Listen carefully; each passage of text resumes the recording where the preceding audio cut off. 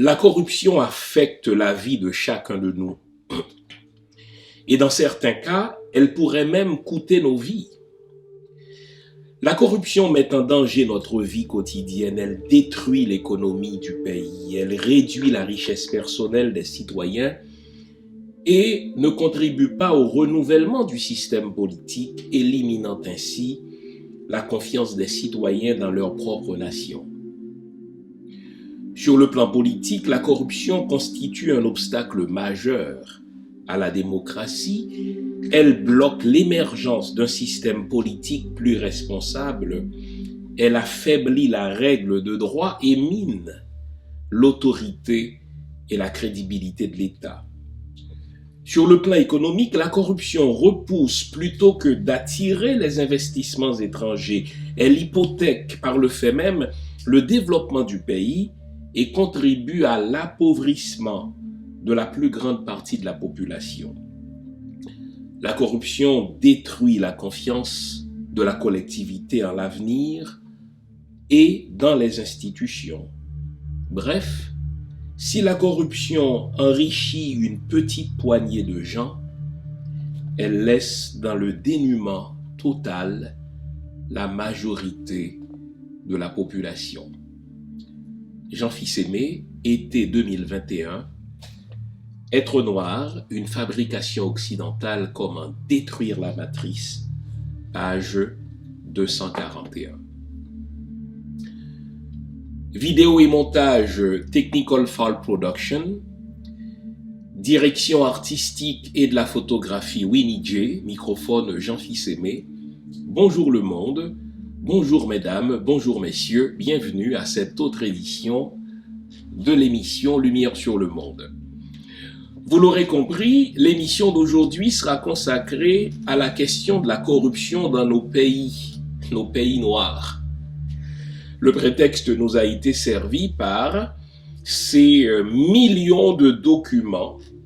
On parle de plus de 11 millions de documents qui ont été fournis à des journalistes par, n'est-ce pas, plus de 14 sources. Documents qu'on appelle les Pandora Papers, et dans lesquels documents on retrouve des noms de dirigeants, d'hommes d'affaires qui ont réussi à échapper à leur devoir de citoyens de payer des taxes, de payer des impôts, en cachant leurs avoirs, en cachant leur argent dans ce qu'on appelle des paradis fiscaux. En tant que panafricain, ce qui m'a intéressé, c'était d'aller regarder la liste de ces hommes d'État actuels ou anciens, hommes d'État noirs, d'aller regarder la liste de ces hommes d'affaires issus de nos pays africains, issus de nos pays antillais, pour voir, n'est-ce pas, quel nom ressortirait. Je vous invite à faire le même exercice. Entrez dans ces documents le nom de tel homme d'affaires de votre pays, tel politicien de votre pays, et vous allez voir quels noms vont ressortir. Dans le cas d'Haïti, j'ai fait le même exercice.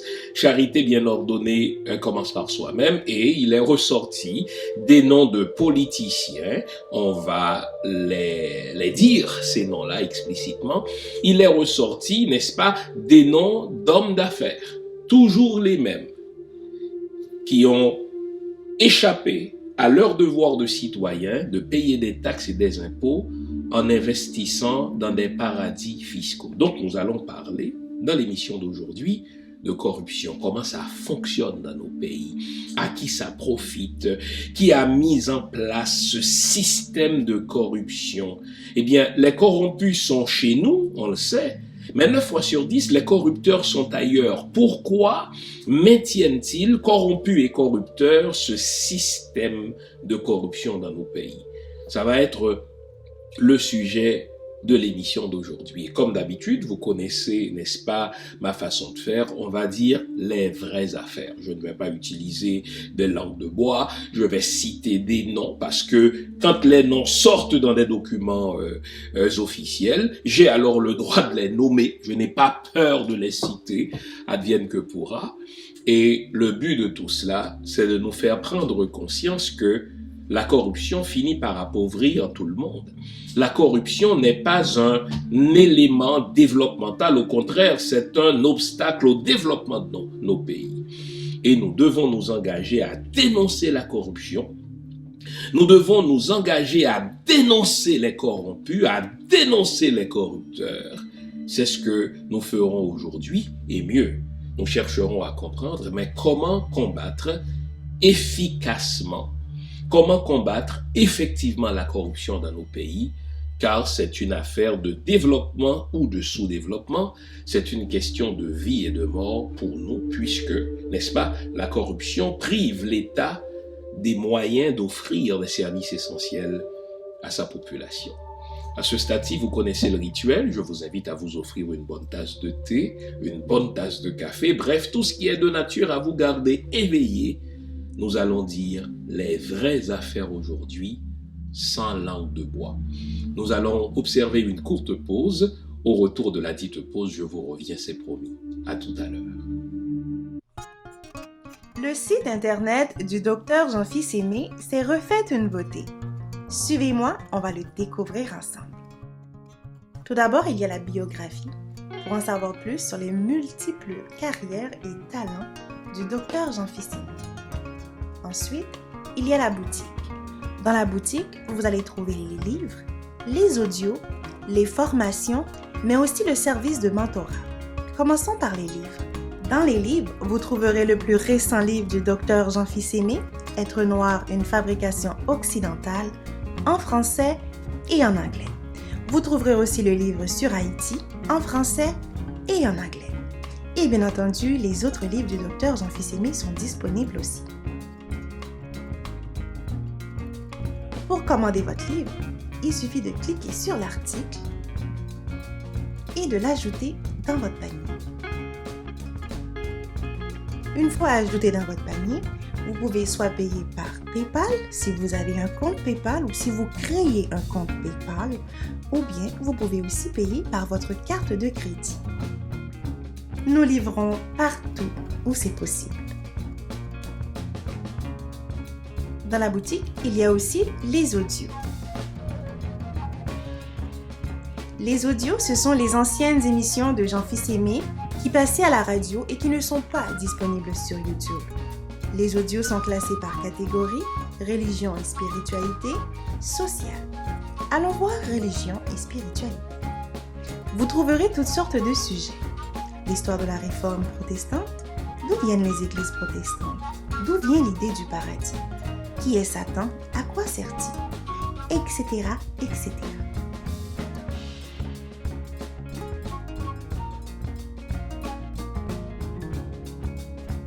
Dans la boutique, il y a aussi les formations. Les formations, c'est un service à venir. Suivez une formation en groupe avec Jean-Fils Aimé. On trouve aussi le service de mentorat, service à venir. Développez vos aptitudes avec Jean-Fils Aimé comme mentor. Pour ne rien manquer du service de mentorat et des formations, inscrivez-vous à notre infolettre. Avant la pause, on s'était promis de se parler de corruption et nous allons le faire très simplement, avec passion comme d'habitude, mais sans langue de bois. Les Pandora Papers ont cité des noms de divers pays, donc moi je vais me concentrer sur les noms qui sont ressortis dans le contexte haïtien, car il nous faut dénoncer la corruption, il nous faut dénoncer les corrompus, dénoncer les corrupteurs aussi, parce que si les corrompus gagnent beaucoup d'argent, précisément parce qu'ils acceptent de collaborer à un système de corruption, mais les corrupteurs gagnent encore plus. C'est eux qui emportent la part du lion. Et souvent, nous commettons l'erreur de dénoncer les corrompus, c'est ce qu'il faut faire, sans dénoncer les corrupteurs. Or, s'il y a corrompus et corrupteurs, c'est parce qu'il y a système. Donc, il nous faut mettre le doigt sur ce système de corruption qui gangrène nos pays respectifs, qui empêche justement nos populations d'avoir accès à des services essentiels. Nous ferons aussi cela. Et vers la fin de l'émission, nous allons nous interroger sur comment sortir nos pays respectifs de ce système de corruption, comment défaire le système, parce que 9 fois sur 10, il s'agit de corruption systémique.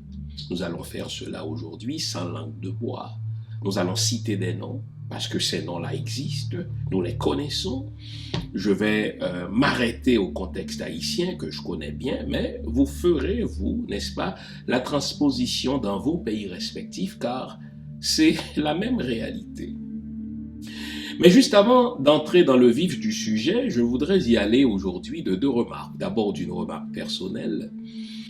La semaine dernière, tandis que j'étais en onde avec vous à 9h, eh bien 1h20 plus tôt, j'ai un ami personnel, le pasteur Ferrer Michel, un homme de presque 80 ans qui a été kidnappé dans la cour de son église avec 3 autres membres de son église. Il a été kidnappé, imaginez, par des policiers en uniforme.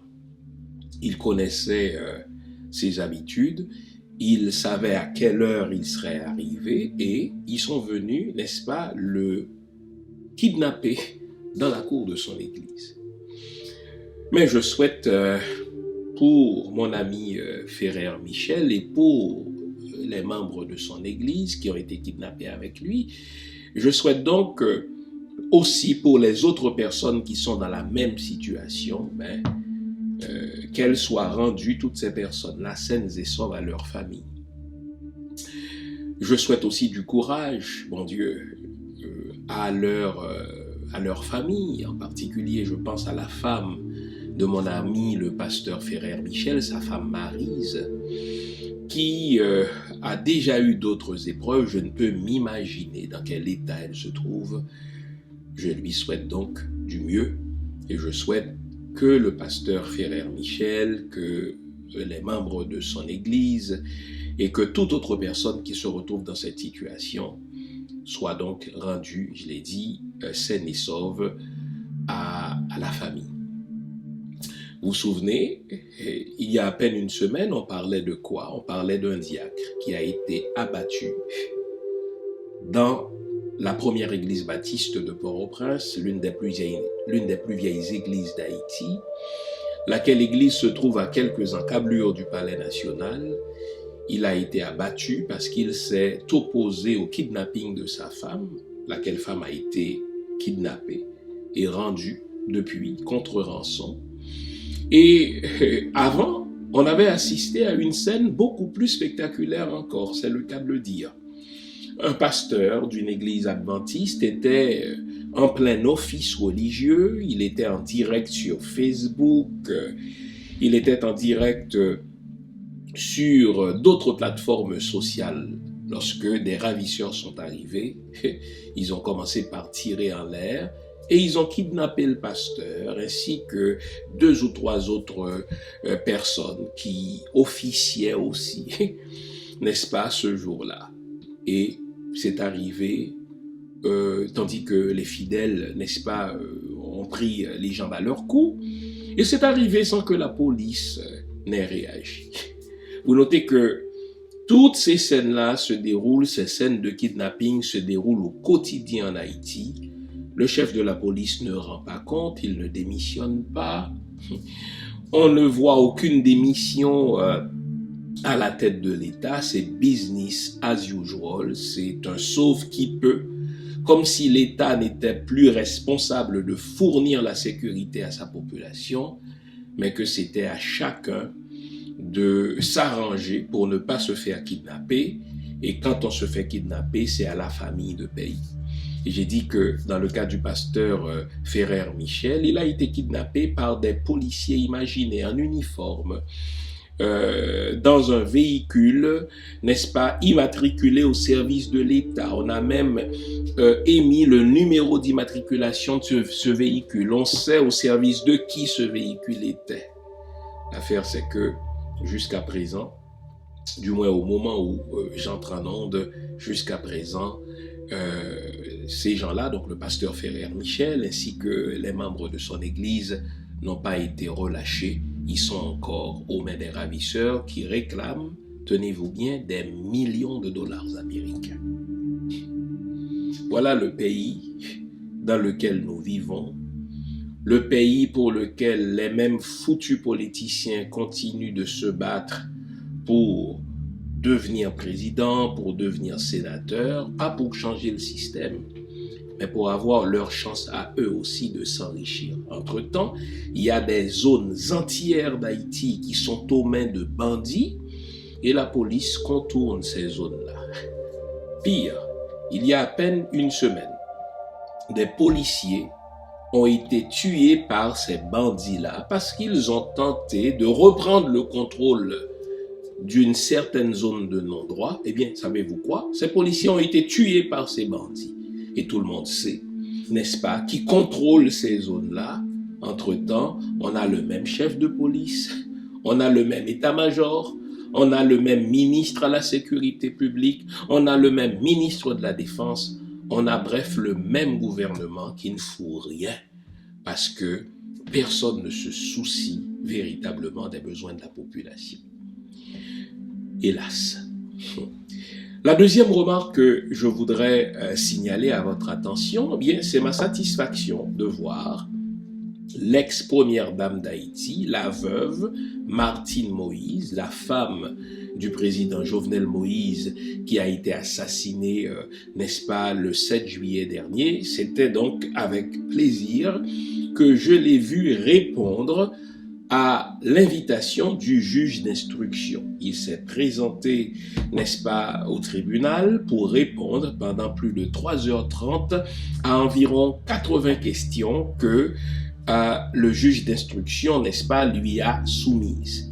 C'est beau de voir ça. Pour quelle raison je dis c'est beau de voir ça? Parce que nul n'est au-dessus de la loi. Dans notre pays Haïti, dans nos pays africains, eh bien, on nous laisse la forte impression, et ce n'est même plus une impression, la réalité c'est que certaines gens doivent se soumettre au système de la justice, tandis que d'autres personnes, eh bien, sont au-delà de la loi.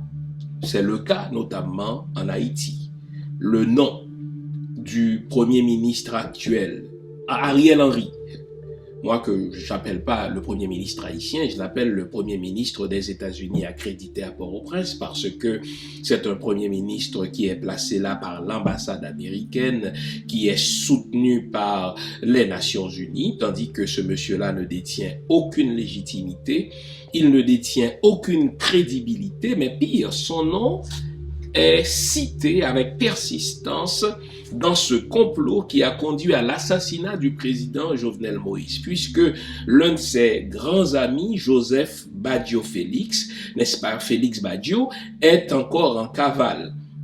On a émis, n'est-ce pas, un mandat d'arrêt contre lui, et pire, dans cette nuit au cours de laquelle le président Jovenel Moïse a été assassiné, eh bien, on a relevé un certain nombre d'appels qui ont été passés par ce Joseph Badio et le Premier ministre actuel. Et lorsqu'on l'a convoqué à la cour pour répondre, n'est-ce pas, à des questions que tout le monde se pose, qu'est-ce que vous vous êtes dit? Ce fameux Joseph Badio vous a appelé nuitamment, précisément dans la nuit au cours de laquelle le président a été assassiné. Il se trouvait, n'est-ce pas, à quelques encablures de la résidence personnelle du président. Le Premier ministre Ariel Henry, que j'appelle le Premier ministre des États-Unis accrédité à Port-au-Prince, plutôt que de répondre aux questions du juge, aux questions du procureur, savez-vous ce qu'il a fait? Eh bien, il l'a viré. Il l'a viré, le salaud. Et dans une entrevue qu'il a accordée il y a à peine quelques jours à une journaliste de CNN, laquelle journaliste lui a demandé, mais votre nom est cité pour des conversations que vous avez eues avec, n'est-ce pas, Joseph Badio. Il a eu le culot de dire qu'il ne se rappelle pas. Or, l'affaire, c'est que on a le relevé téléphonique. On sait à quelle heure, n'est-ce pas, ces appels ont été passés. On sait la durée, n'est-ce pas, de ces entretiens. Et lui, le salopard, il dit qu'il s'en souvient pas. Quel salaud. Voilà le type d'homme qui nous dirige et que la communauté internationale maintient malgré nous à la tête de nos pays. Mais ça aussi, les amis, ça aussi participe du système de corruption. Donc, pour en revenir à ma remarque, je félicite l'ex-première dame Martine Moïse qui s'est prêtée, n'est-ce pas, au jeu, en se présentant au cabinet d'instruction et elle a répondu pendant plus de 3h30, disais-je, aux 80 questions du juge d'instruction. Mais mieux, Martine Moïse, vous vous souvenez, on avait dit dans une émission qu'on a présentée ici il y a environ un mois, j'avais reçu un panel de 3 éminents experts, j'avais reçu un psychiatre, j'avais reçu un enquêteur, j'avais reçu un juriste en la personne de Lucien Prophète, docteur en droit. Et lui, il nous avait dit, si Martine Moïse est sérieuse dans sa quête d'obtenir justice pour son mari, il faut qu'elle se constitue partie civile. Eh bien, quelle n'est ma satisfaction de voir qu'après 3 mois, il n'est pas trop tôt, jamais trop tard pour bien faire, Martine Moïse, écoutant ainsi nos conseils, s'est constituée partie civile. Non seulement elle, mais les 3 enfants du couple, n'est-ce pas, ont porté officiellement plainte. Ils ont porté plainte, donc Martine Moïse et les 3 enfants, tenez-vous bien, contre Dimitri Hérard, qui était le policier ou le militaire responsable de la sécurité rapprochée du président Jovenel Moïse. Ils ont porté plainte contre le même Joseph Badio et tenez-vous bien, ils ont porté plainte contre le premier ministre actuel, Ariel Henry. Dans tout pays sérieux, les amis, il s'agit là d'un crime au sommet de l'État. Il s'agit de l'assassinat du président de la République le 7 juillet. Sa femme, qui était dans la chambre à coucher, chambre dans laquelle le président a été assassiné, sa femme et les enfants qui étaient dans la résidence ont porté plainte contre le premier ministre actuel, Ariel Henry. Dans tout pays digne de ce nom, le premier ministre devrait ou aurait dû démissionner pour se consacrer à sa défense. Tandis que l'ex-première dame a officiellement porté plainte contre le premier ministre actuel ainsi que les enfants, eh bien, le premier ministre reste en poste comme si de rien n'était. Et vous savez qui a placé ce premier ministre-là? L'ambassade américaine.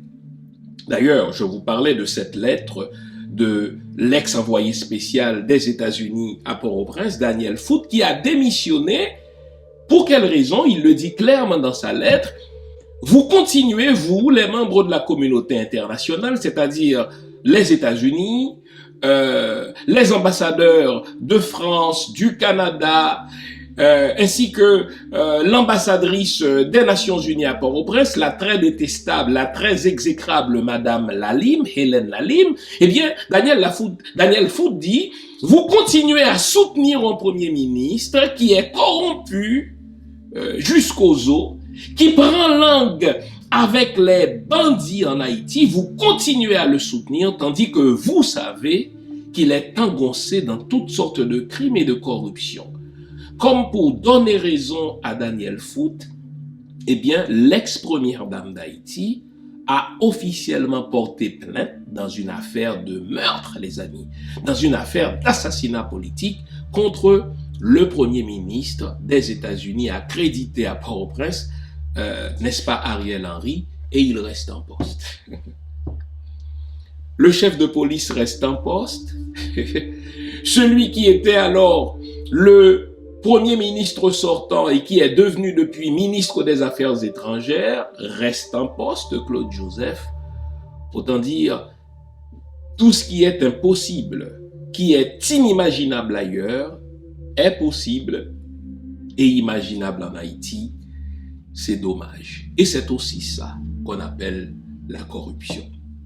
Mais deux remarques ayant été signalées, donc je félicite l'ex-première dame de s'être rendue au cabinet du juge d'instruction pour répondre, parce qu'elle est aussi une citoyenne, donc elle est justiciable comme tout le monde pour répondre, n'est-ce pas, aux questions concernant l'assassinat de son mari, parce que c'est le premier témoin. Et ce que j'aime, c'est qu'elle dit qu'elle est prête à répondre à des questions qu'on lui poserait dans le cadre de tout autre dossier. Parce que le nom de l'ex-première dame, véritable imbroglio dans ce foutu pays. Le nom de l'ex-première dame est cité dans le cas de l'assassinat d'une grande personnalité du monde de la Basoche, au fait qui fut le bâtonnier de Port-au-Prince, maître Montferrier d'Orval. Son nom est cité avec persistance, comme quoi elle serait impliquée dans son assassinat, jusque-là, tandis que son mari était en vie, qu'elle était première dame et que son mari était président. Elle s'est toujours refusée à répondre aux questions, mais là, elle nous dit qu'elle est prête. Bon, tant mieux. Il n'est pas trop tôt, comme on dit ici, et bien mieux vaut tard que jamais. Eh bien, voilà l'exemple qu'il nous faut offrir quand on est élevé en dignité. Nous ne pouvons pas être, n'est-ce pas, élevés en dignité, soit comme ex-première dame dans le cas de Martine Moïse, ou comme premier ministre des États-Unis accrédité à Port-au-Prince dans le cas d'Ariel Henry, et échapper au système de justice comme si le système de justice n'était réservé qu'aux petites gens. Non, vous devez donner l'exemple. Et si nous étions sérieux, nous ne le sommes pas dans ce pays, Ariel Henry aurait dû être mis aux arrêts pour deux raisons. Pour expliquer la teneur et le contenu de ces trois appels qui se sont passés entre Joseph Baggio, l'inculpé, et lui. Et de deux, maintenant que le principal témoin de l'assassinat du président Jovenel Moïse a porté plainte contre lui, s'il avait un minimum de décence, s'il avait un minimum du sens de l'honneur, il aurait dû démissionner pour se consacrer à sa défense. C'est pas un homme, ce monsieur. C'est un traître, je l'ai dit, qui est placé là par la communauté internationale pour défendre les intérêts de la dite communauté internationale aux dépens des intérêts d'Haïti. Eh bien, je souhaite, moi, qu'il soit arrêté et qu'il réponde aux questions légitimes que toute personne censée se pose dans le cadre de l'assassinat du président Jovenel Moïse. Mais deux remarques ayant été faites, parlons maintenant de la corruption.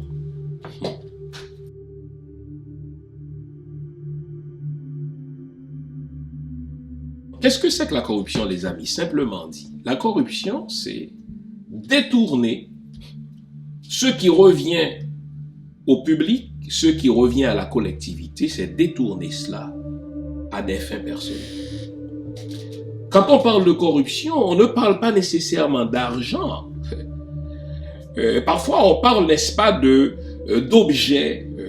Telle voiture qui doit être consacrée au service de l'État, eh bien, on la détourne, cette voiture-là, à des fins familiales. Tel lieu, tel local qui aurait dû être consacré à tel service public, mais on le détourne, ce local-là, ce lieu-là, à des fins personnelles. Donc la corruption, c'est quoi, simplement dit? C'est détourner quelque chose qui appartient à la collectivité et l'utiliser désormais à des fins personnelles, à des fins familiales.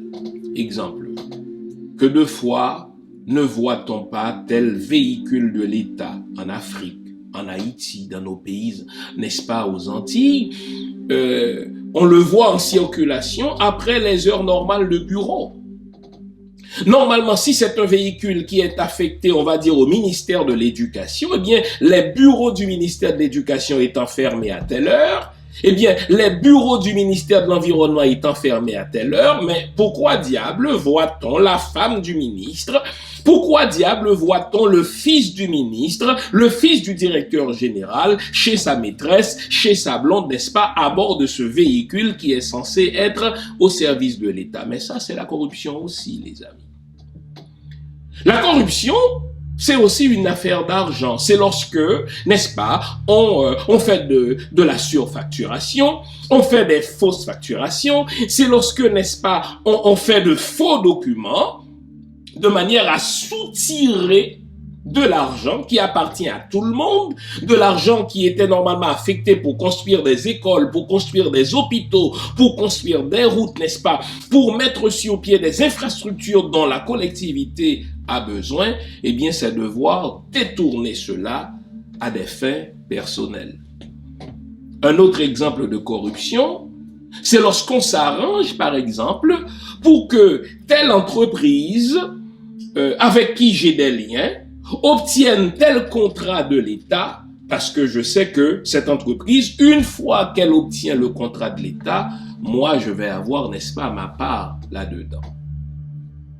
Je connais un sénateur en Haïti, et là, c'est un cas parmi tant d'autres, qui est encore en place en Haïti, qui, sous le régime de Michel Martelly, là, je vous parle d'un cas précis, et vous trouverez facilement le nom, qui, sous le régime de Michel Martelly, s'est arrangé pour que ce soit toujours une compagnie dominicaine qui obtienne l'appel d'offres quand il s'agissait de construire, n'est-ce pas, des routes dans le département du Sud et du Sud-Est, car, écoutez bien, sur chaque kilomètre de route construit, n'est-ce pas, sous le régime de Martelly dans le département du Sud et dans le département du Sud-Est, ce sénateur, qui est toujours là, avait $1 million comme récompense. Ça, c'est la corruption, les amis. Ça, c'est la corruption. Et donc, les exemples de corruption, on pourrait les citer à l'envi dans toutes les missions. Voilà pourquoi ces fameux documents, on parle de plus de 11 millions de documents qu'on appelle les Pandora Papers, m'ont intéressé, moi qui fais des recherches sur cette question de la corruption dans nos pays. Et voilà que pour ces Pandora Papers, il y a des noms des politiciens haïtiens, des gens d'affaires haïtiens qui sont ressortis. Oh là là, j'étais pas étonné. J'étais prêt à parier qu'on retrouverait ces noms-là. Vous savez, des gens qui font le pan à l'international, qui se présentent comme des gens d'affaires internationaux, mais qui se donnent, n'est-ce pas, cette posture-là pour pouvoir détourner de l'argent de chez nous vers des paradis fiscaux, parce que ils refusent d'investir cet argent-là dans les banques de chez nous, dans les entreprises de chez nous, parce qu'ils savent que c'est de l'argent sale. Le premier nom qui est sorti, mais c'est celui de Laurent Salvador Lamotte, un ancien premier ministre, n'est-ce pas, sous Michel Martelly. Dès que son nom est sorti, pour la vérité et pour l'histoire, il s'est empressé de sortir un communiqué, mais un communiqué que toute boîte de communication écrit dans la circonstance pour quiconque réclame ce genre de communiqué. Qu'est-ce qu'il dit? C'est que il était membre fondateur de telle entreprise qui fait des affaires à l'international et que lui-même, au moment de devenir Premier ministre, il a choisi de démissionner du conseil d'administration, mais qu'il n'est pas responsable, n'est-ce pas, des lieux dans lesquels cette compagnie-là fait des investissements, qu'il n'était pas responsable de la vision stratégique ou de croissance de l'entreprise. Donc, il n'est pas responsable du fait que l'entreprise dont il est membre fondateur, mais dont il est toujours actionnaire, a investi dans des paradis fiscaux. Oh, pauvres petits mineurs. La vérité, c'est que ce Laurent Salvador Lamotte, c'est un dilapideur de fonds publics, c'est un voleur. N'ayons pas peur des mots, les amis. Ce Laurent Salvador Lamotte était l'un de ceux qui a géré les fonds Petro-Caribé à plusieurs titres. Il était ministre de la coopération, ça veut dire qu'il s'est positionné pour être au centre, n'est-ce pas, de tout don qui viendrait de l'étranger vers Haïti, de manière à pouvoir détourner ces dons-là à des fins personnelles. Il était ministre des Affaires étrangères, c'est-à-dire le chancelier haïtien, le visage d'Haïti sur la scène internationale. Donc, il s'est positionné de manière à pouvoir bénéficier de tout don qui serait fait vers Haïti à des fins personnelles. Et enfin, il était Premier ministre, c'est-à-dire le chef de gouvernement. Or, c'est précisément entre autres, sous son administration, que le scandale Petro-Caribé a éclaté.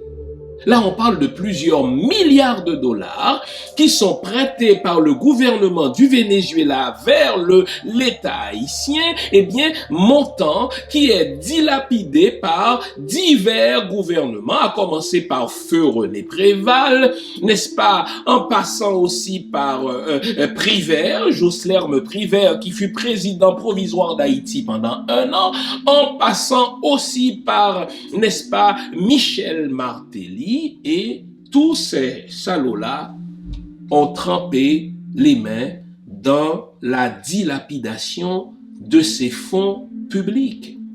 Et c'est là où que Laurent Salvador Lamotte a des comptes à rendre.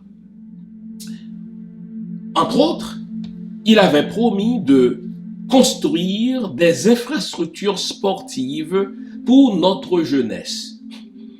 Il avait même, sur papier, promis de construire 25 stades. Et vous savez, aujourd'hui encore, on se demande, mais où sont les 25 stades que Laurent Lamotte a fait construire à même les fonds Petro-Caribé?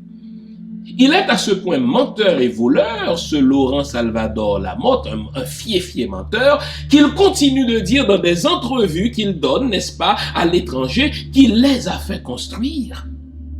Or, je pose la question aux 14 millions d'Haïtiens, où au moins un de ces 14 stades que Laurent Salvador Lamotte, 25 stades, pardon, est censé avoir construit, est-ce que vous voyez la couleur de l'un de ces 25 stades? La vérité, c'est que sur papier, il y avait plein de projets, des projets pour lesquels l'État avait même décaissé des millions de dollars, et là, on vient de découvrir où sont allés ces millions de dollars que Laurent Salvador Lamotte a détournés. Eh bien, il les a placés dans des paradis fiscaux. C'est ça la corruption, les amis. S'arranger pour entrer en politique, s'arranger, n'est-ce pas, pour parvenir au sommet de l'État. Et une fois qu'on parvient au sommet de l'État, on détourne des fonds publics à des fins personnelles, à des fins individuelles. Un autre nom qui ressort, parce que ces deux-là, ce sont deux larrons en foire. C'est le nom Michel Martelly. On découvre qu'il y a une compagnie bidon dont Michel Martelly et Laurent Lamotte sont les fondateurs, et c'est une compagnie bidon dont on se sert pour détourner de l'argent public vers les paradis fiscaux. Au fait, le régime de Michel Martelly, le régime PHTK, n'est-ce pas, qui gère Haïti depuis 2011, imaginez, là, c'est plus que 10 ans maintenant, que ce soit avec Michel Martelly d'abord, qui a fait son quinquennat, avec Jovenel Moïse, qui a été assassiné, comme nous le savons, n'est-ce pas, le 7 juillet dernier, avec Laurent Lamotte, qui était Premier ministre, eh bien, ce régime-là, c'est un régime de voleurs. Moi, j'ai déjà dit dans une entrevue que j'ai accordée à une station de radio très écoutée en Haïti, quand vous dites PHTK, vous dites une bande de voleurs et de petits voleurs qui profitent de leur passage au pouvoir pour s'enrichir, n'est-ce pas, le plus vite possible. Car ce Michel Martelly était en faillite avant de devenir président d'Haïti. Il était en faillite. À preuve, à Miami, où il avait, n'est-ce pas, des immeubles, à Miami, où il avait, n'est-ce pas, des propriétés, parce qu'il était incapable de payer les taxes, parce qu'il était incapable de payer les impôts, on les saisissait, ses propriétés, les unes après les autres. C'était aussi, n'est-ce pas, un artiste de très mauvais goût, ayons la décence intellectuelle de le dire, qui n'attirait plus les foules. Si bien que quelques semaines avant de se lancer en campagne présidentielle, là je parle de 2010, eh bien, ce Michel Martelly avait fait son dernier bal, enfin 2009, avait fait son dernier bal à Montréal et il n'y avait pas une cinquantaine de personnes dans son bal. Mais cet homme s'est dit, tiens, comme artiste, je ne suis plus couru parce que c'est un artiste de mauvais goût. Un artiste qui descend son pantalon devant le public. Un artiste qui dit des obscénités sur scène. Un artiste, n'est-ce pas, qui ne créait pas. Ce qu'il faisait, c'était de prendre la musique des autres, n'est-ce pas, et d'y mettre des paroles obscènes pour faire rire un public. C'est comme ça qu'il gagnait son argent. Et c'est un monsieur, on le sait, qui était impliqué dans le trafic de la drogue. Maintenant, comment est-il devenu président? Il est devenu président parce que l'ambassade américaine savait que cet homme-là avait beaucoup de squelettes dans le placard. Et c'est ce genre de politicien que l'international aime placer à la tête de nos pays. Pour quelle raison? Parce qu'ils ont tant de squelettes dans le placard qu'ils ne pourraient jamais, ces politiciens-là, faire jouer la carte du nationalisme. Eh bien, on aime les avoir, ces politiciens-là, parce qu'ils seront serviles aux mains de la communauté internationale. Lors des fameuses élections de 2010, pour l'histoire, vous savez qui était secrétaire d'État, c'est-à-dire ministre des Affaires étrangères des États-Unis, une certaine Hillary Clinton, la très corrompue Clinton. Et elle, qui voulait profiter, n'est-ce pas, de la présidence de Michel Martelly pour faire de l'argent, et on sait effectivement que le frère d'Hillary Clinton va bénéficier de beaucoup de contrats sans appel d'offres pour l'exploitation de mines d'or en Haïti, entre autres, n'est-ce pas, pour l'exploitation d'autres ressources du sous-sol haïtien. Eh bien, Hillary Clinton a fait pression en menaçant le président sortant d'alors, René Préval, d'exil. Elle a fait pression pour placer le nom de Michel Martelly sur, n'est-ce pas, la liste des 2 candidats du second tour. Or, tout le monde sait, les rapports sont là. Tout le monde sait que Michel Martelly n'était pas admissible au second tour. Eh bien, Hillary Clinton, voyant dans le salaud Michel Martelly une opportunité de s'enrichir et d'enrichir sa famille, ça aussi c'est de la corruption. Quand je vous ai dit que souvent on parle de corruption, on s'intéresse aux corrompus, mais on oublie les corrupteurs, eh bien la corruptrice, en l'occurrence, c'était Hillary Clinton. Elle a fait pression pour que le nom de Michel Martelly apparaisse dans la liste des 2 candidats admissibles au second tour, et c'était écrit dans le ciel que Michel Martelly, parce que Hillary Clinton le voulait, allait être président d'Haïti. Aussitôt sélectionné, parce que j'ose pas dire élu, aussitôt choisi par l'ambassade américaine, aussitôt choisi par le département d'État d'Hillary Clinton comme président, eh bien, la chose est sortie du sac. Le frère d'Hillary Clinton a bénéficié de plusieurs contrats sous le régime de Michel Martelly. Eh bien, c'est ce Michel Martelly-là dont le nom sort dans les Pandora Papers pour avoir une compagnie bidon lui appartenant, une compagnie bidon appartenant à son fils, Olivier Martelly, compagnie bidon par laquelle il détourne des fonds publics vers des paradis fiscaux. Et Michel Martelly et Laurent Salvador Lamotte ne vivent pas en Haïti. Ils ont des maisons en Haïti, mais ils ne vivent pas en Haïti. Ils n'investissent pas en Haïti. Et c'est ça aussi, les amis, l'un des effets de la corruption.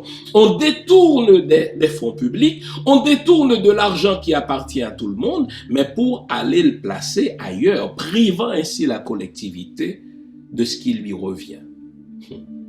Eh bien, le nom de Jovenel Moïse est sorti aussi. Oh là là, Jovenel Moïse qui a été crapuleusement assassiné, lequel assassinat nous avons condamné, lequel assassinat avons-nous déploré. Nous continuons, n'est-ce pas, de faire pression pour obtenir justice pour la famille, pour obtenir justice, n'est-ce pas, pour le peuple haïtien, car en assassinant un président dans sa résidence privée, bien, mais c'est l'institution qu'on assassine. Mais ce Jovenel Moïse n'était pas un saint, je vous l'ai dit. Eh bien, quel nom sort aussi de ces affaires de détournement de fonds publics? Le nom de Jovenel Moïse. Maintenant que Jovenel Moïse est mort, qui va profiter de ces sommes qui sont détournées, les amis? Je vous le donne en mille. Eh bien, sa veuve, qui, comme je l'avais annoncé depuis le 9 juillet dernier, serait candidate, sa femme qui est candidate pour maintenir le système, et tous ces fonds détournés vont être profitables à sa femme et aux enfants. Ensuite vient les événements. Tous les événements organisés par l'équipe de Jean Fils-Aimé seront sur le site internet de Jean Fils-Aimé. C'est la seule place pour acheter vos billets. Conférences.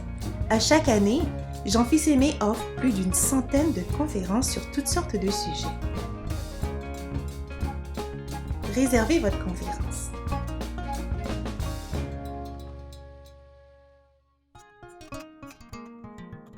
Articles.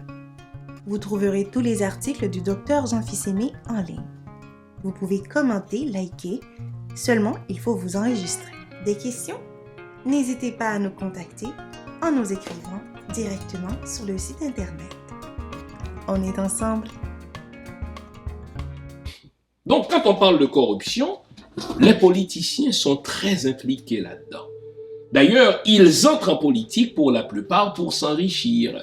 Ils entrent en politique pour la plupart, à quelle fin, les amis? Au fin de détourner ce qui appartient à tout le monde. Pas au fin de servir les autres, mais au fin de se servir.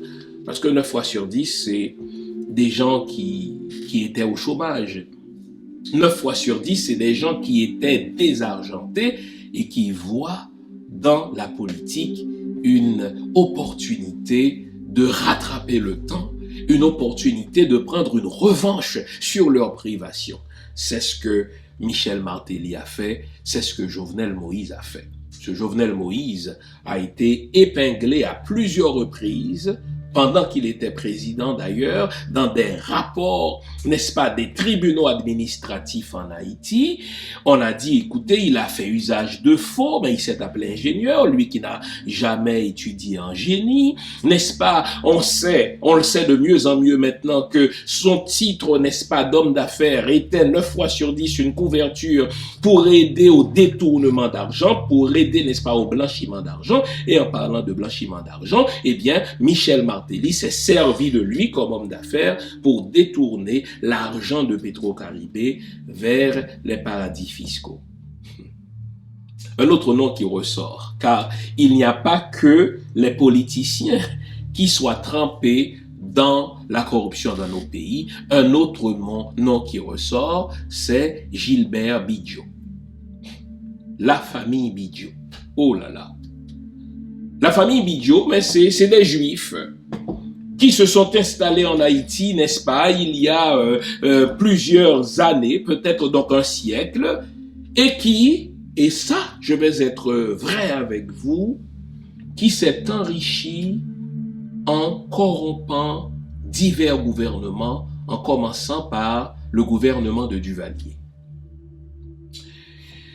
Les Bidjo, c'est des gens qui, sous Duvalier par exemple, avaient des monopoles. Les Bidjo, c'est des gens qui, sous Duvalier par exemple, avaient des franchises douanières. Jusque-là, eh bien, les Bidjo se contentaient de faire des ristournes au gouvernement de Jean-Claude Duvalier par exemple, de manière à avoir le monopole du fer par exemple. personne ne pouvait importer du fer en Haïti, à moins que ce soit la famille Bidjo. Imaginez tous ceux qui font de la construction en Haïti, que ce soit de la construction privée, que ce soit de la construction de bâtiments d'État, eh bien c'est les Bidjo qui avaient, n'est-ce pas, le monopole de cela, entre autres monopoles. Avec le temps, les Bidjo en sont venus à avoir leur propre port, en sorte qu'ils peuvent importer des produits en Haïti sans que ces produits ne passent par le système douanier public. Imaginez les avantages. Mais pire, c'est des gens qui ne se sont pas contentés de corrompre le gouvernement en réclamant, n'est-ce pas, contre rançon le monopole de tels produits, en réclamant d'avoir, n'est-ce pas, un port, etc. Mais pire, les amis, les Bidjo ont toujours échappé ou se sont arrangés pour échapper au paiement juste et équitable de leurs taxes et de leurs impôts. Et ce n'est guère étonnant, on parle de plusieurs centaines de millions de dollars, d'ailleurs on le dit milliardaires, ce n'est pas étonnant que l'un des autres noms qui ressort de ces Pandora Papers, c'est les noms des Bidjo. Eux, ils font dans tout. Ils font dans tout. Ils corrompent les gouvernements. Et je sais que même après la chute de Jean-Claude Duvalier en février 86, les Bidjo continuaient à faire des ristournes au Duvalier. Jean-Claude Duvalier vivait en France, mais, n'est-ce pas, les Bidjo continuaient à lui envoyer des chèques pendant plusieurs années, même après sa chute en tant que président. Les Bidjo n'ont pas seulement corrompu les gouvernements, les divers politiciens pour avoir le monopole de certains produits, pour avoir des franchises, pour avoir, n'est-ce pas, leur propre port, les Bidjo, mais ils ont aidé à la mise en place d'un autre système dont je voudrais vous parler, n'est-ce pas, à la suite des révélations de l'économiste Fritz Jean. L'économiste Fritz Jean, dans son livre « Haïti, une économie de violence, instabilité politique et violence économique, sortir des cercles vicieux », livre paru aux éditions Pédagogie, n'est-ce pas, Nouvelle Haïti en 2019, et que je cite dans mon livre « Haïti, miroir d'une société en décomposition », n'est-ce pas, et si on recommençait, eh bien, l'économiste Fritz Jean, lui-même ancien gouverneur de la banque en Haïti, nous dit que, eh bien, jusque-là, les Bidjo se sont contentés, n'est-ce pas, jusque dans les années 2000, jusque dans les années 90, fin des années 90, eh bien, ils se sont contentés de corrompre le gouvernement pour avoir, n'est-ce pas, des monopoles, pour avoir des franchises douanières, pour avoir, n'est-ce pas, le contrôle de certains ports ou pour avoir, n'est-ce pas, leur propre port. Mais à partir des années 2000, les Bidjo, aidés d'autres familles, d'autres familles d'oligarques, on parle, n'est-ce pas, des Dib pour ne pas les nommer, on parle des Vob pour ne pas les nommer, n'est-ce pas, vont mettre sur pied un système de corruption systémique au terme duquel ce n'est plus l'État qui leur accorde des faveurs, mais système au terme duquel c'est eux, ces familles-là, qui deviennent les véritables patrons des politiciens. Voyons comment ça fonctionne.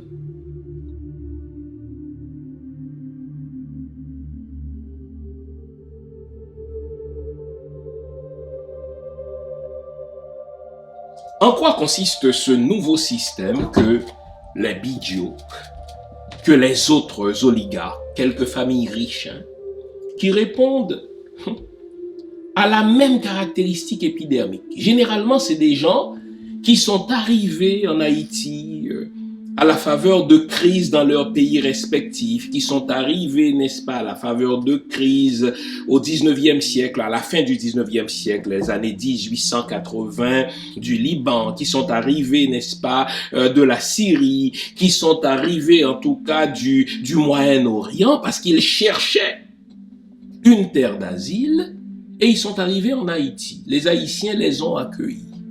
Les Haïtiens, n'est-ce pas, leur ont ouvert les bras. Mais eux, ils sont arrivés en Haïti avec un seul désir, s'enrichir à tout prix.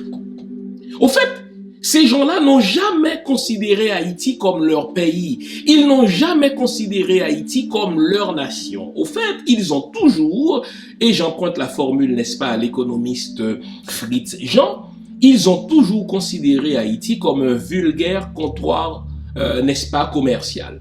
C'est-à-dire, ils sont là pour faire commerce.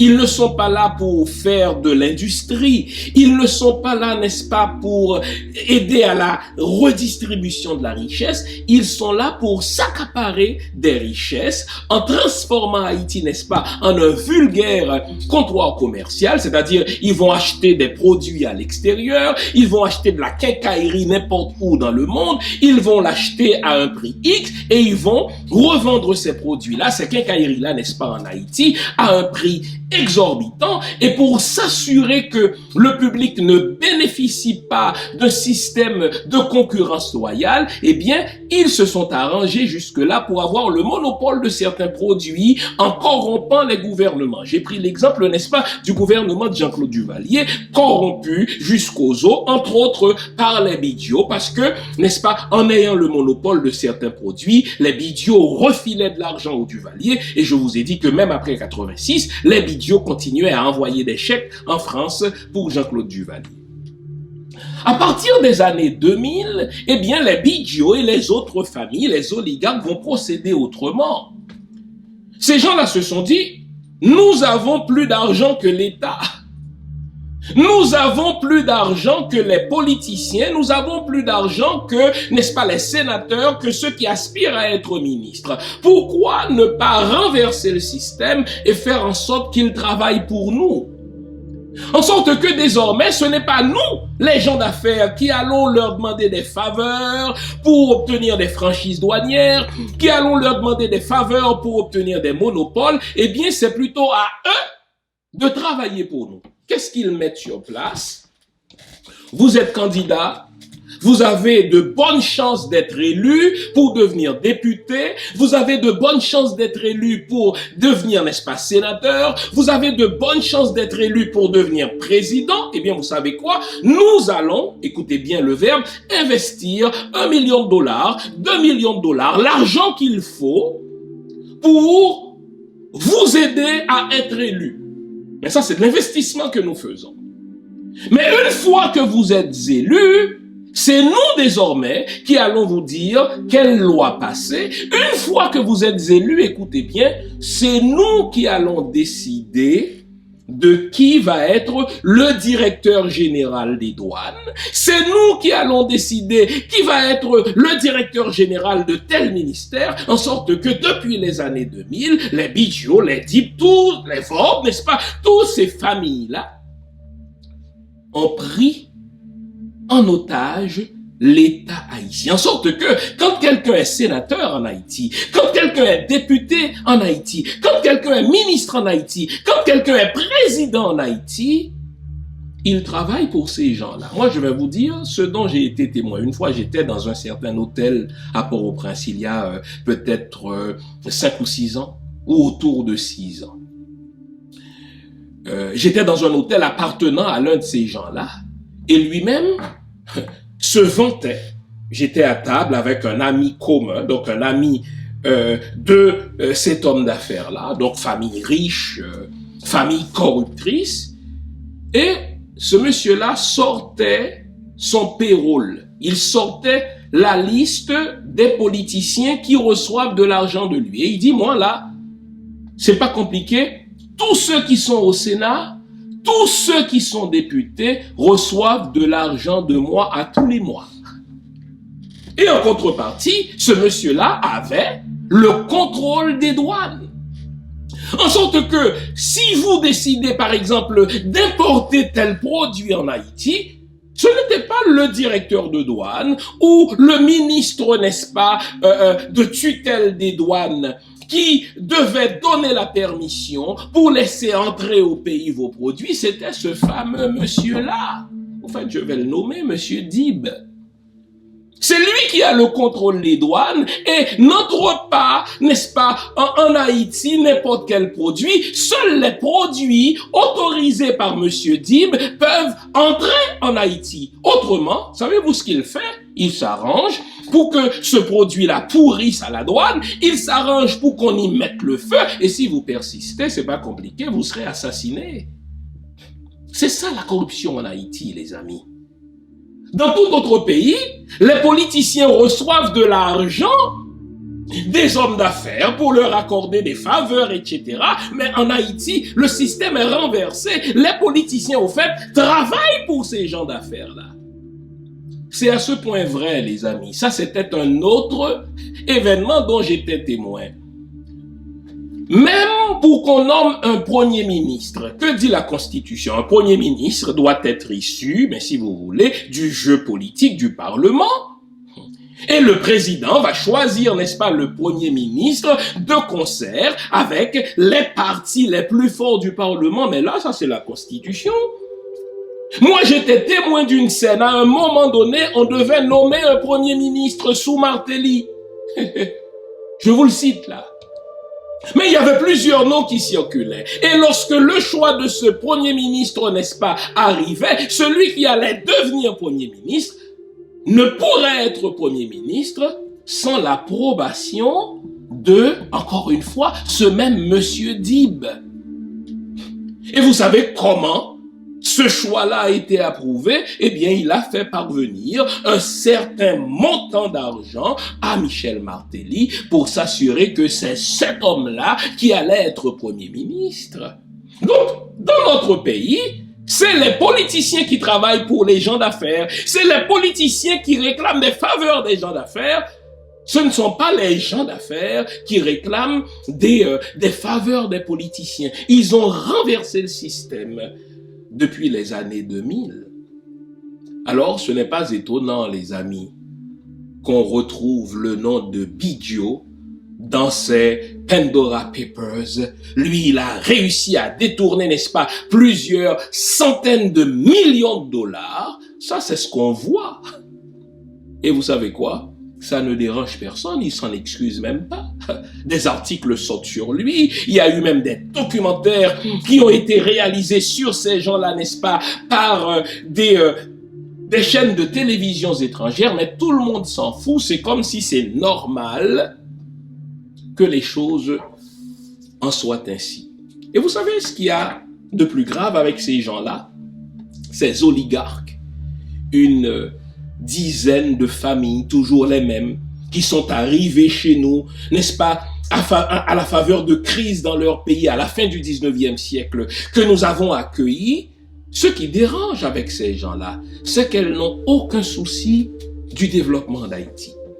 Ce qui dérange avec ces gens-là, c'est qu'ils n'ont aucun souci du relèvement de la collectivité. Dans leur tête, ils disent, plus les gens sont pauvres, plus ils sont prêts à toutes sortes de compromis et moins ils vont se préoccuper de nous. Donc on va les garder de plus en plus pauvres, on va les garder dans une misère crasseuse. Je recevais mercredi dernier sur notre chaîne le très brillant et jeune économiste, n'est-ce pas, Edzer Emile, qui nous disait, écoutez, ces gens-là ne créent pas de richesse en Haïti. Ils vivent de rente. Ils utilisent Haïti, je l'ai déjà dit, comme un vulgaire comptoir commercial. Que font-ils ces gens-là, les Biggio? Que font-ils les Dib? Que font-ils les Vorbes? Et pour les citer tous ces noms-là, les Vorbes, n'est-ce pas, étaient impliqués, eux, dans une corruption, dans une affaire d'électricité. Ils recevaient des millions de dollars par année de l'État haïtien pour, n'est-ce pas, de l'électricité qu'ils n'ont jamais fournie. N'allez pas leur réclamer de l'électricité. Ils reçoivent de l'argent pour fournir de l'électricité, mais c'est pas grave qu'ils n'en fournissent pas. Les Vorbes, au dire même du président Jovenel Moïse, il était de passage, n'est-ce pas, une fois à Montréal, et il a clairement dit que ces gens-là, ils faisaient de la surfacturation pour faire des routes.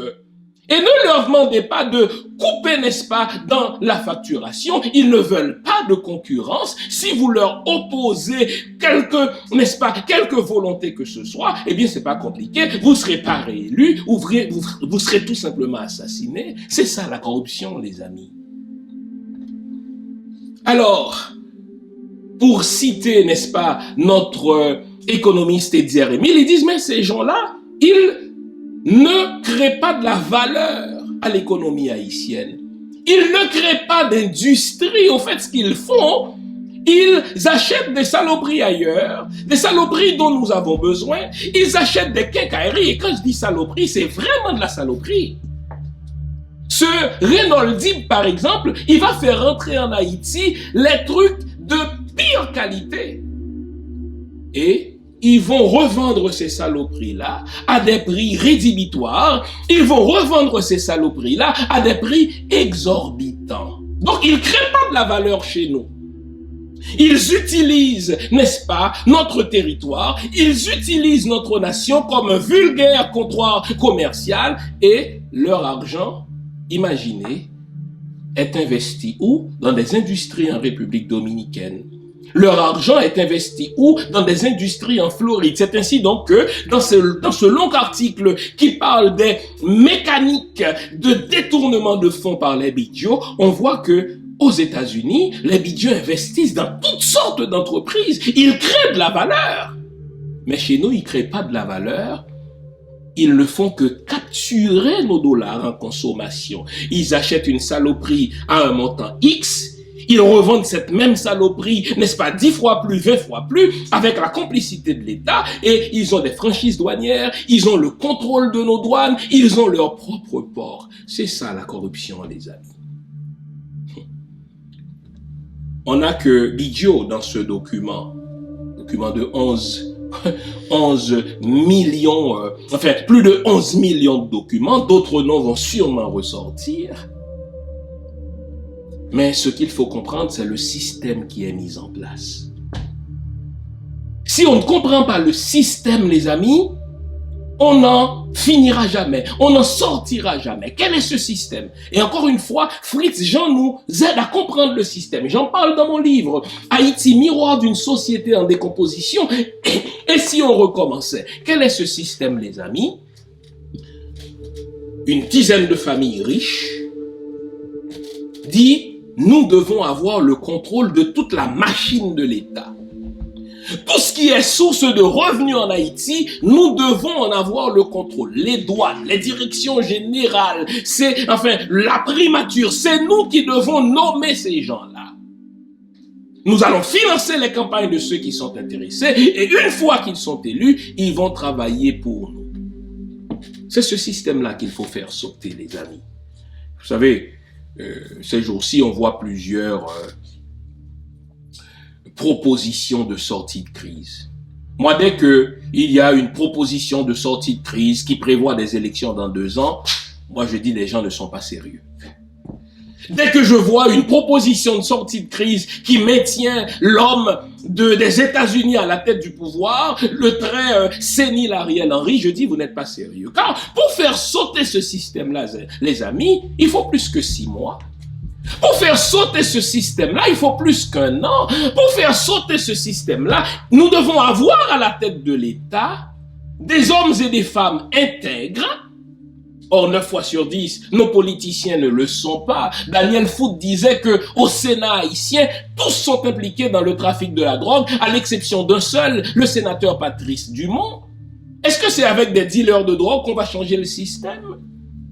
Et vous notez pourquoi, n'est-ce pas, les politiciens de la classe traditionnelle haïtienne se précipitent d'avoir plusieurs propositions de sortie de crise, parce qu'ils veulent tous aller aux élections le plus rapidement possible pour perpétuer le système.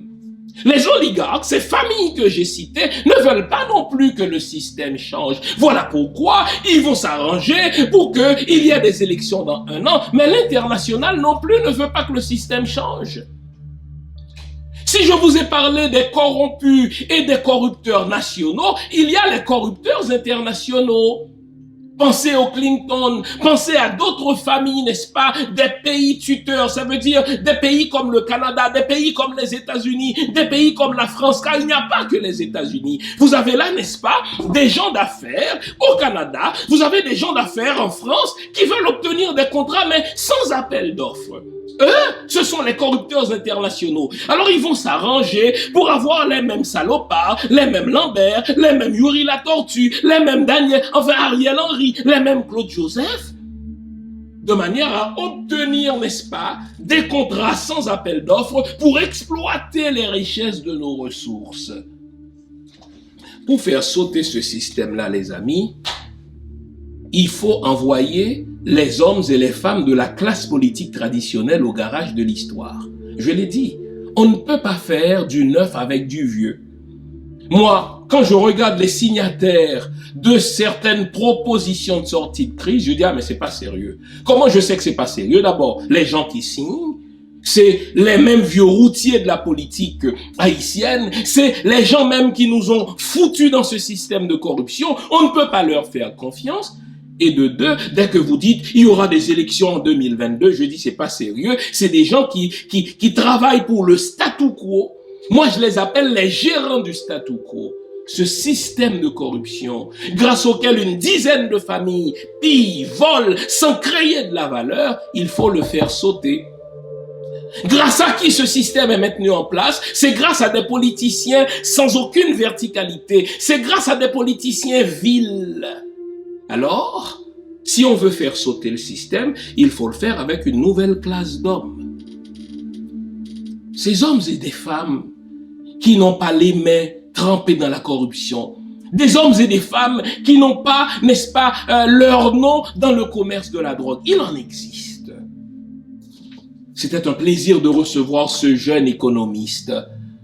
Je l'ai reçu, lui, mais je suis sûr qu'il y a d'autres gens, hommes et femmes, qui n'ont jamais trempé dans ces histoires de corruption, qui n'ont jamais trempé, n'est-ce pas, dans ces histoires de détournement de fonds. C'est avec eux qu'il faut sortir de la crise. On ne peut pas sortir d'une crise avec les gens qui l'ont créée, des gens qui tirent profit de cette crise. Donc ne me parlez pas, n'est-ce pas, d'élections dans 1 an, ne me parlez pas d'élections dans 2 ans. Pour faire sauter ce système, il nous faut un minimum de 5 ans.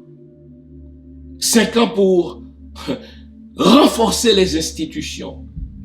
5 ans pour repenser l'école.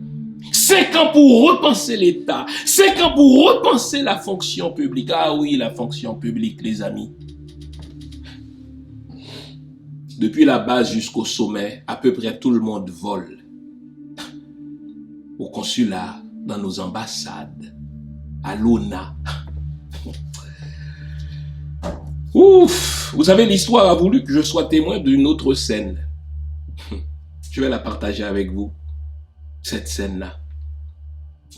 Quand Jocelyn Privert, alors président du Sénat, devait devenir président provisoire d'Haïti en remplacement de Michel Martelly, qui n'avait pas organisé d'élection, mais il s'était arrangé, lui, pour avoir des votes. Et vous savez, c'était pas gratuit, ça.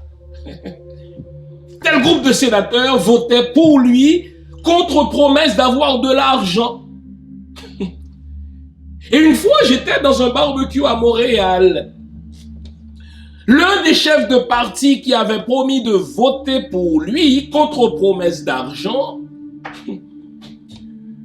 Un dimanche, on était chez un ami commun dans un barbecue et je l'ai vu, ce chef de parti-là, tout sourire.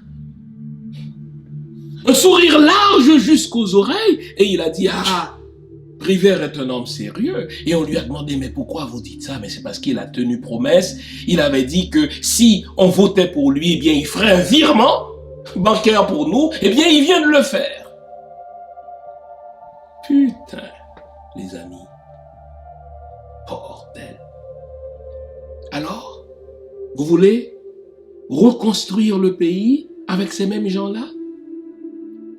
Ces gens-là, on doit les envoyer au garage de l'histoire. On ne peut pas aller en élection sans qu'il n'y ait une commission vérité et justice, sans qu'il n'y ait, n'est-ce pas, le véritable procès Petro-Caribé dans lequel tous ceux qui ont détourné des fonds publics vont rendre des comptes et vont être punis pour ce qu'ils ont fait. Mon jeune ami, l'économiste Edzer Émile, parle d'Haïti comme la République sans sanction. Vous volez, il n'y aura pas de sanction.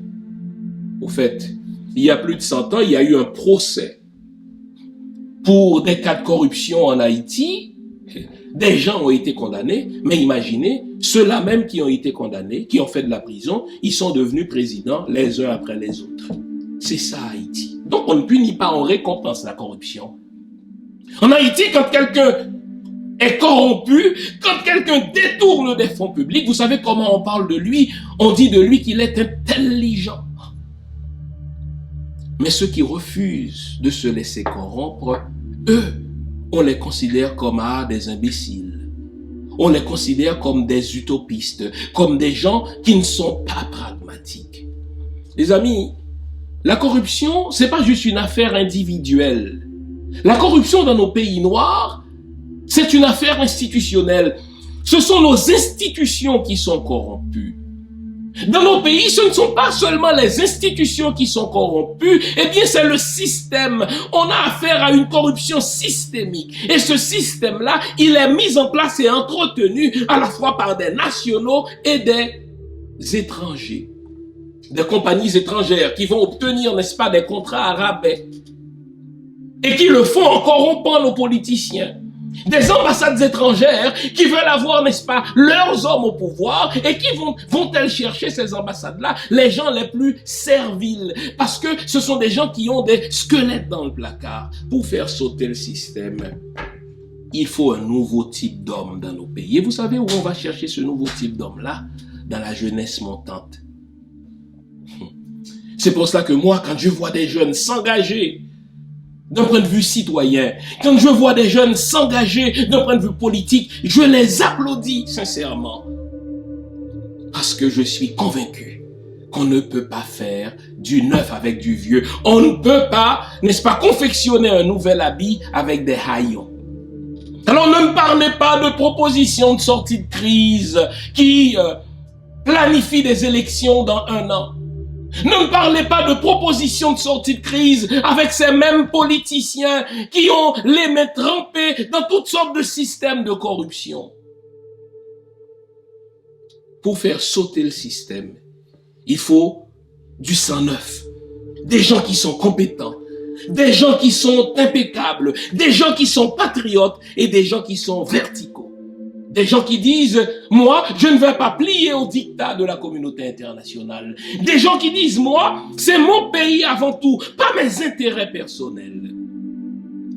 Des gens qui vont dire, je ne peux pas tout faire, mais pour occuper un poste, je dois en avoir les compétences. Et des gens, enfin, qui vont dire, je n'entre pas en politique, je n'entre pas dans le service public pour m'enrichir ou pour me servir, mais pour servir les autres. Chers amis, cela est possible, mais cela passe par une révolution. Il faut renvoyer au garage de l'histoire tous ceux qui essaient là d'avoir leur petite part de gâteau. Tous ceux qui veulent déplacer un pion pour avoir leur place, mais pour maintenir le système. Ceux-là, il faut les faire sauter. Il faut les envoyer au garage de l'histoire. Vous les connaissez, je les connais. Dès qu'il y en a un d'entre eux qui se présente, il faut le dénoncer sur tous les toits pour qu'il ait honte. Il faut décrier ce système car il a été profitable à une petite poignée, tandis que la majorité d'entre nous, n'est-ce pas, a été condamnée au dénuement. J'espère vous avoir été utile. J'espère de tout cœur que vous allez comprendre que la corruption fait mal. Vous allez comprendre que la corruption vole ce qui nous appartient à tous et à toutes. Vous allez comprendre que l'une des raisons pour lesquelles nos pays se retrouvent dans l'état où ils se retrouvent, c'est parce qu'il y a des gens, comme ceux dont les noms sont cités dans les Pandora Papers, qui ont détourné à leur fin personnelle ce qui appartient à tout le monde. Merci d'avoir été à l'écoute.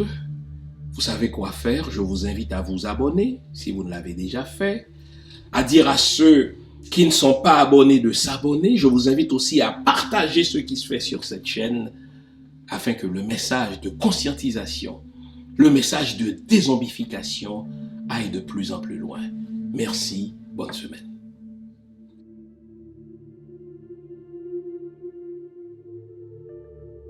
Je voudrais vous inviter à vous abonner à cette page et à recruter d'autres gens qui vont s'abonner. Pour quelle raison? Parce que c'est une chaîne qui est consacrée à la dézombification du peuple noir. Vous savez, en ma qualité de théologien, d'historien et d'expert en management public, je décide de mettre toute mon énergie et toute l'équipe qui travaille avec moi décide aussi de mettre toute son énergie à la dézombification du peuple noir. L'émission s'appelle Lumière sur le monde. Eh bien, cette lumière, ce n'est pas moi. Cette lumière, c'est le travail que nous faisons ensemble. Lorsque tout à coup, on réalise qu'on nous a roulé dans la farine, on réalise qu'on nous a trompés pendant, n'est-ce pas, des siècles, et que tout à coup, nous prenons conscience de nos ressources, nous prenons conscience de notre identité, et ayant pris conscience de tout cela, nous prenons la décision de partager ce que nous sommes, ce que nous comprenons avec les autres. Donc, nous avons besoin d'avoir une masse critique d'hommes et de femmes noirs réveillés qui vont changer, n'est-ce pas, leur pays respectif pour la gloire de nos ancêtres. Nos ancêtres méritent cela. Ils se sont sacrifiés pour nous et c'est à nous aujourd'hui de prendre le relais. Comment on le fait? On le fait en se dézombifiant et en dézombifiant les autres. Je vous invite donc à liker ce qui se fait sur cette chaîne, à le sharer, à le partager avec les autres, à vous abonner et si vous l'avez fait déjà, à recruter d'autres qui vont s'abonner. On est ensemble, on garde le moral car tant que va le moral, tout va.